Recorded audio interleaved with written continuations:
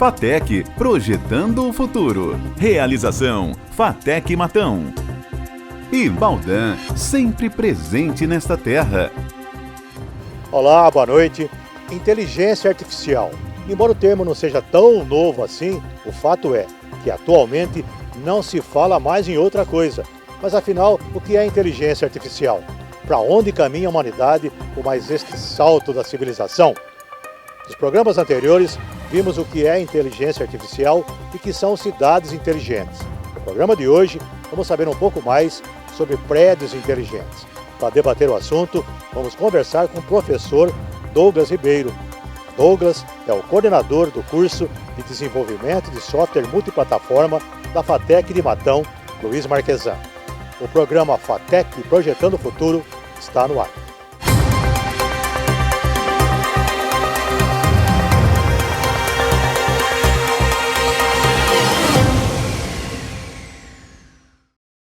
Estamos de volta com o programa FATEC Projetando o Futuro e dando continuidade à nossa série sobre inteligência artificial. Lá no primeiro programa, só para relembrar, falamos um pouco do conceito de inteligência artificial, aí depois comentamos no segundo programa sobre cidades inteligentes. E como havíamos prometido, para esse terceiro programa, nosso assunto hoje aqui será prédios inteligentes. Estamos aqui com Douglas Ribeiro, professor e também o coordenador do curso de desenvolvimento de software multiplataforma aqui da FATEC de Matão.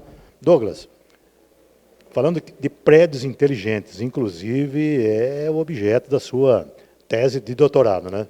Sim, Esteves, a tese de doutorado minha, na verdade, ela trabalha com a parte de ambientes inteligentes, né? Então, em ambientes inteligentes nós temos desde cidades inteligentes até casas inteligentes, né? Então, a gente passa também por parte de prédio, também por parte de automação, de uma forma geral. Douglas, para começar então, o que significa um prédio inteligente? Prédio inteligente é a possibilidade de você automatizar determinadas rotinas do prédio para evitar desperdício. Então, vou dar um exemplo para você. Antigamente, quando você queria evitar que uma luz ficasse acesa por muito tempo, você colocava um sensor nessa lâmpada, né? E essa lâmpada apagava. Hoje, você pode utilizar não só sensores individuais, mas você pode também programar essas mesmas lâmpadas para que elas acendam em determinado período do dia, apaguem no outro período do dia, e com isso economiza energia também, além da própria intensidade, né? Então, não tem necessidade de estar, por exemplo, em 100% a capacidade da lâmpada. Então, você pode diminuir a capacidade dela em determinados períodos. Por exemplo, numa escada de um prédio, você pode dizer, olha, do período da noite, então das 6 da tarde às 6 da manhã, essas luzes têm que ficar acesas.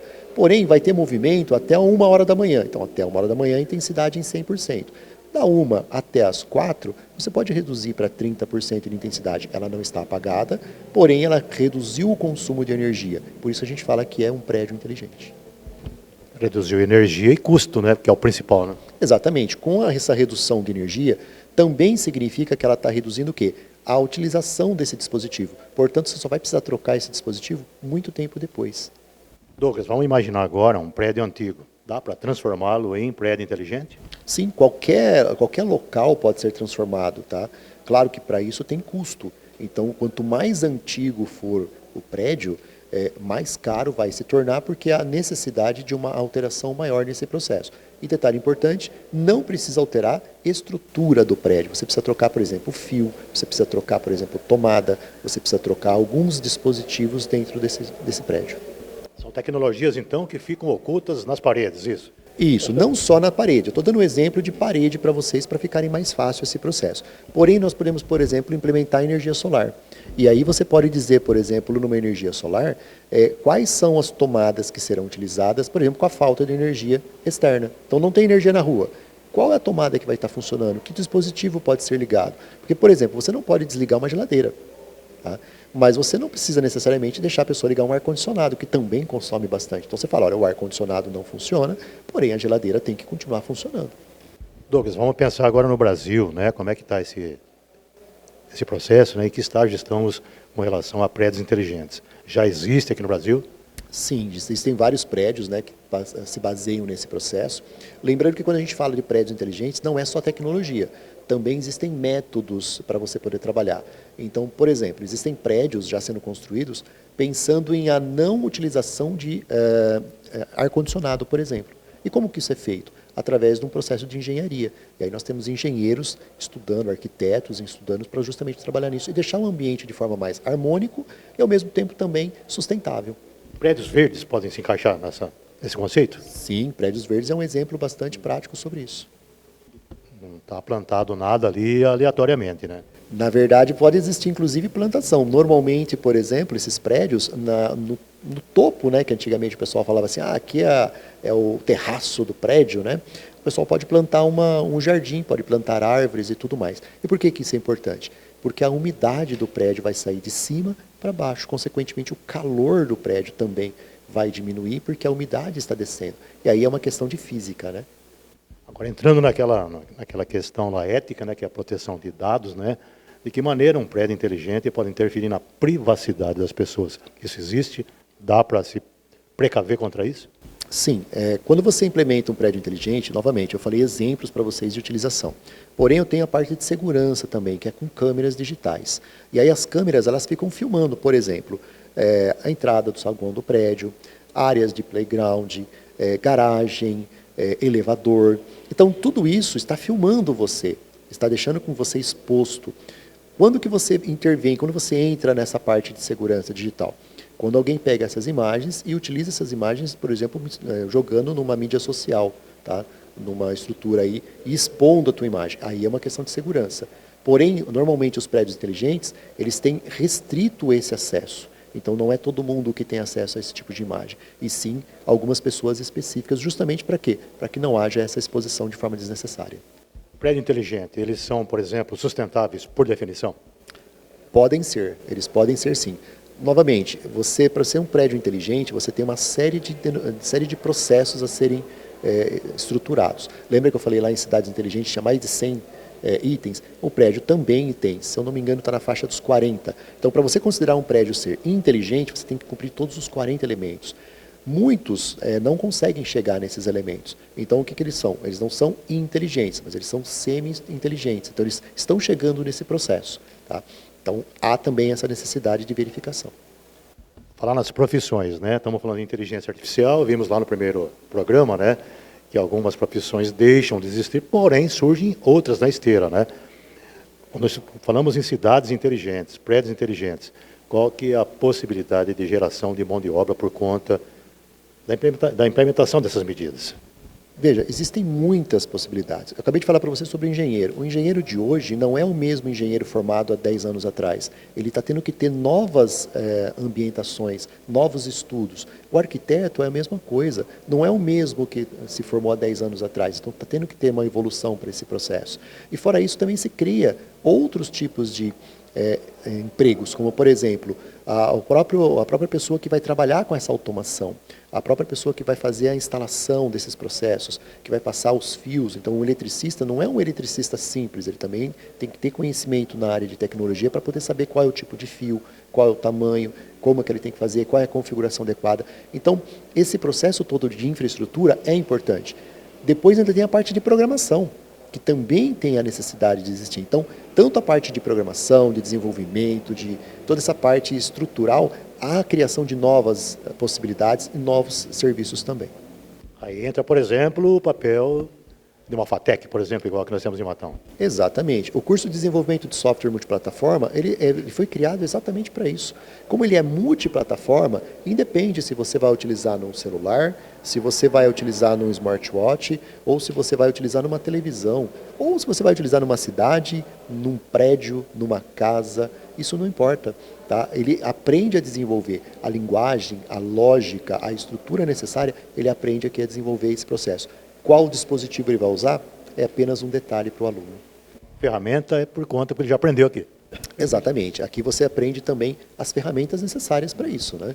Então, você vai aprender qual é a linguagem mais adequada para aquele processo, qual que é o tipo de armazenamento, qual é o banco de dados utilizado de forma mais adequada para aquele processo. Por quê? Porque a gente tem também uma questão de segurança e ética. Douglas, eu pedi licença para você, nós vamos ao intervalo, né? Vamos para esse intervalo.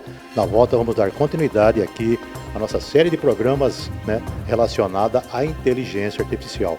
E hoje falando um pouco mais aí sobre prédios inteligentes.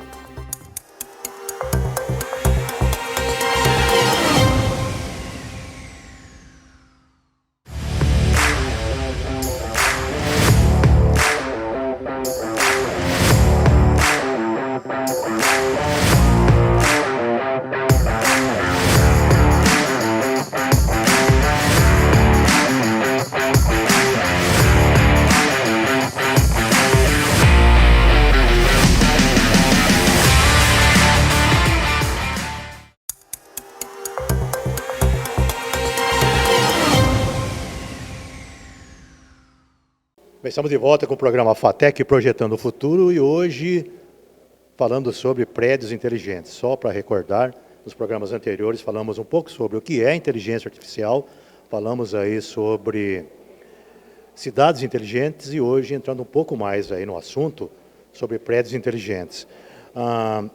Prédios inteligentes, por exemplo, é possível, Douglas, fazer um condomínio inteligente? Sim, é possível, Esteves. A mesma regra aplicada para cidades inteligentes, você pode transformar ela em utilização para condomínios. Por quê? Porque condomínio tem ruas, condomínio tem sistemas de segurança, condomínios tem câmeras, condomínio tem entradas, ou seja, o mesmo processo utilizado para uma cidade inteligente, ela também pode ser implementada e pode ser colocada num condomínio. Claro que existem algumas regras mais específicas. Por exemplo, eu não posso apontar uma câmera para uma casa de uma pessoa lá, né? Ela tem que ser apontada para a rua. Então, esse nível de ética também tem que ser seguida, né? Então, é possível? Sim, é totalmente possível e totalmente viável hoje em dia, inclusive.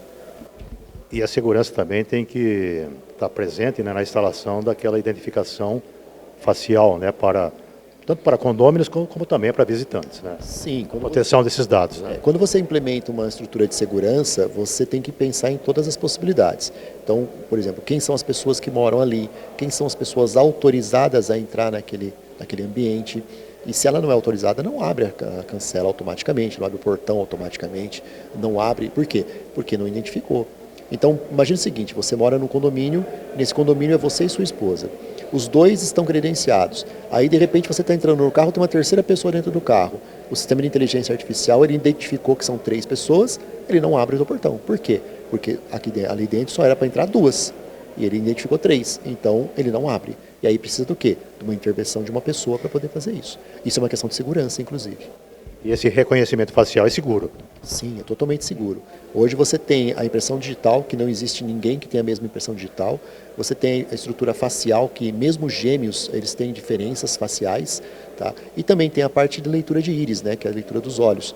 E também não existe ninguém com a mesma estrutura ocular. Esse reconhecimento de íris, acho que é um dos mais seguros que tem, né? Ele é um dos mais seguros, tirando do DNA. Tá? Tirando o DNA, ele é um dos mais seguros que existe hoje. Douglas, quais são as possibilidades, né, de inteligência artificial no cotidiano, no dia a dia das pessoas? Falamos aí sobre o que é inteligência artificial, entramos um pouco aí nas cidades inteligentes, né, prédios inteligentes. Qual é o horizonte possível, né, para emprego dessa tecnologia? Veja, Esteves, a inteligência artificial hoje, ela já está de uma forma bastante inclusiva na nossa vida. Em muitos momentos nós utilizamos e nem conseguimos compreender esse processo. Seja tão novidade quanto as pessoas pensam também, né? Muito pelo contrário, ela é bastante antiga, inclusive. A gente até já falou isso daí a respeito. Porém, o que acontece? Ela vai se desenvolver ainda mais. Ela vai ser mais bem utilizada. Onde que pode ser mais utilizada, por exemplo? Diagnóstico médico. Então, você imagina, por exemplo, um médico, ele vai ter uma autonomia para utilizar a IA, para poder auxiliar ele numa tomada de gestão de uma conduta médica, por exemplo. Cirurgia complexa, por exemplo. Pode ser utilizado também, porque veja, o homem treme, a máquina não. Então ela pode ser trabalhada nesse processo, tá? Além de também o próprio diagnóstico, né? Você pega, por exemplo, uma radiografia, a máquina dificilmente vai errar a leitura de uma radiografia. O homem pode não conseguir identificar algumas situações lá. Então isso também auxilia bastante esse processo.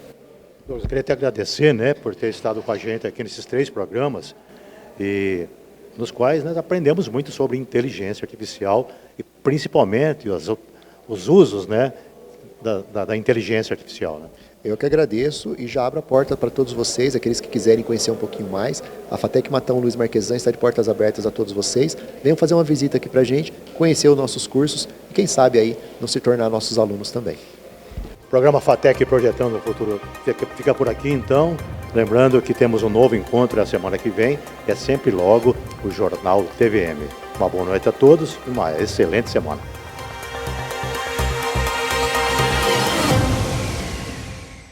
FATEC Projetando o Futuro. Realização FATEC Matão. E Baldan, sempre presente nesta terra.